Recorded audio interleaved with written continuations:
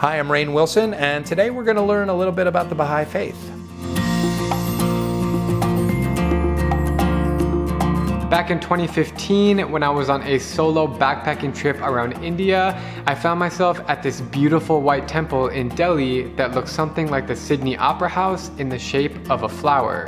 A very kind Indian man told me that the temple belongs to the Bahá'í Faith, a religion that I had never heard of before. But as I continued to travel across 191 countries, I kept seeing more and more of these unique temples, like in Uganda, Germany, and Panama. I met countless Baha'is who introduced me to their faith, and I find it so beautiful and uplifting that I wanted to tell you all about it in this video because I think many of you guys out there can resonate. How would you explain Baha'i in a nutshell to someone who has no idea what it is? There's only one God. God educates humanity by sending divine teachers every once in a while. The Buddha, Jesus, Muhammad, these are some of these divine teachers. They're essentially teaching one religion. So there's one God, one religion that is gradually unfolding like chapters in a course book. And Baha'u'llah is the most recent of these divine teachers. And his teachings are totally relevant to what's going on in the world today. Me Too, Black Lives Matter, economic disparity, between rich and poor, environment. There's a quote that says, to be a Baha'i means to love the world, to love humanity and try to serve it, to work for universal peace and universal brotherhood. So service is so central to the Baha'i revelation, understanding that all the teachings of the Baha'i faith revolve around the oneness of humanity, this belief in this one God that loves us all, this one progressive religion, and this one human family. So the Baha'i Faith is all about ridding the world of all our prejudices like racism, sexism, nationalism, and religious prejudice, and understanding the true oneness that humanity is one human family.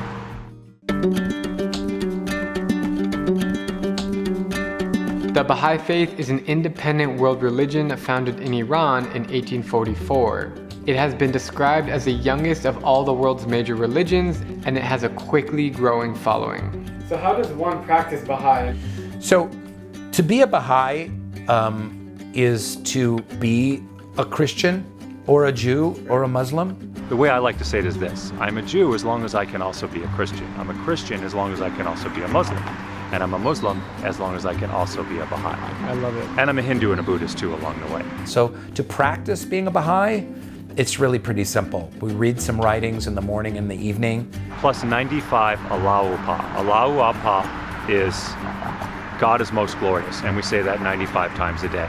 Allahu Pa, Allahu Pa, Allahu Pa, Allahu Pa, Allahu Pa. That's part of our kind of daily ritual. We say a prayer between noon and sunset. The Muslims bow 5 times a day to Mecca. The Baha'is just say one very short prayer.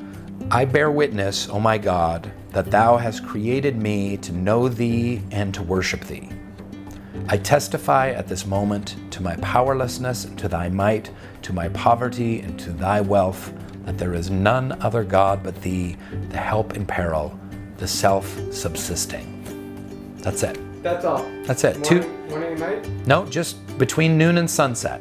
What is the text of the Baha'i? So obviously we have the Bible and the Torah and the Quran. What is it called in Baha'i faith? So our most holy book is called the Kitab-i-Aqdas.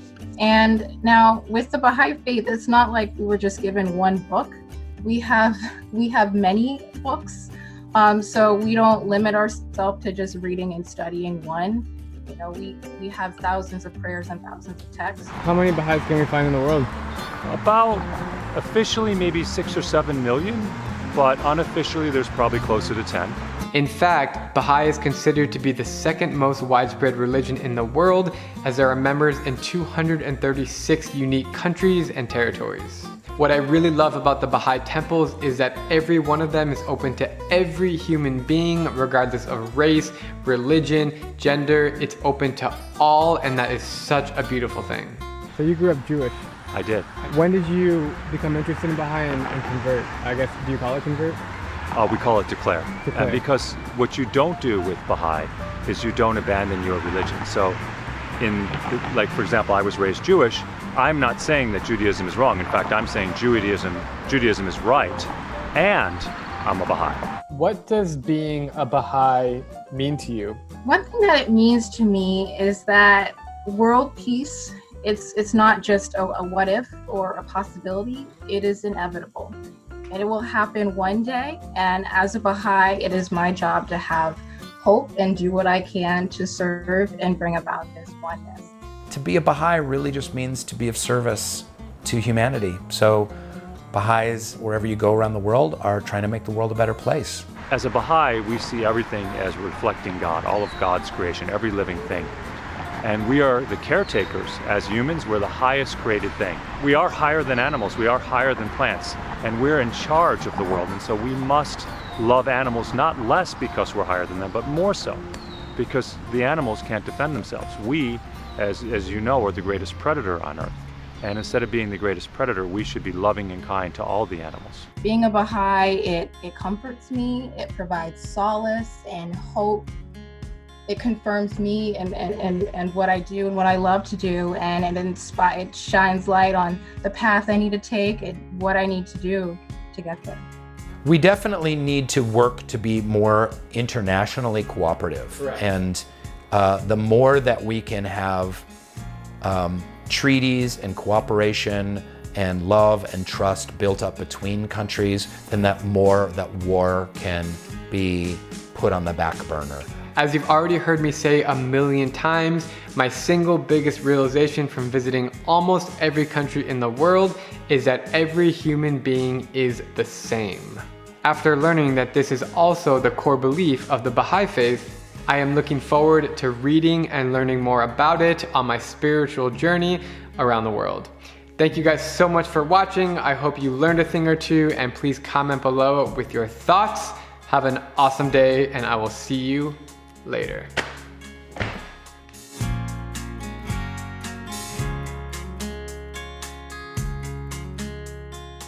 Aside from racial injustice, what are the other biggest issues that the world faces, in your opinion, right now? The biggest issue for me on the plate of the world right now is climate change, because we have to take steps now. It is so urgent that we have to take steps to reduce carbon emissions, to not have our children and grandchildren living in hell, where there's hundreds of millions of climate refugees, which will, throw any kind of economic progress the world is making into complete disarray. But this is the thing. I think gender equity is super important in the Baha'i writings and in the world. Universal education is super important in both in the Baha'i writings and in the world. And the elimination of extremes of wealth and poverty is a really important teaching in the Baha'i Faith as well. Mm-hmm.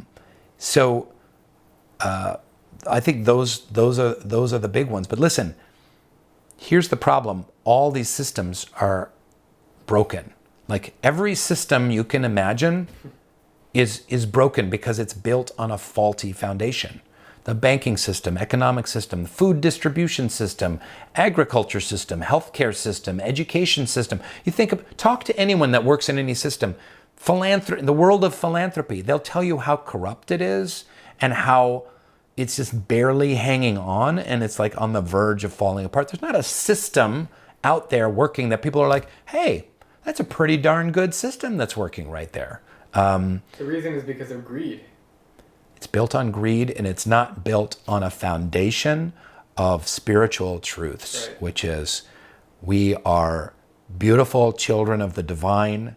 We need to love one another. We need to connect hearts. We need to be in service to one another, following in the footsteps of Jesus and in Muhammad and the Buddha, and build our systems based on mutual trust, cooperation, love. It sounds like hippy-dippy, kind of airy-fairy, pie-in-the-sky, naive dreams. But if we want to make a better world, that's where we have to put our focus. We live, all of us, in what will be known in the future as the Baha'i era. This is the era when the world is going to finally arrive at world peace. I believe that Baha'u'llah has revealed to the world in his 60 Christian Bibles of writing the whole roadmap that the world needs to get to world peace.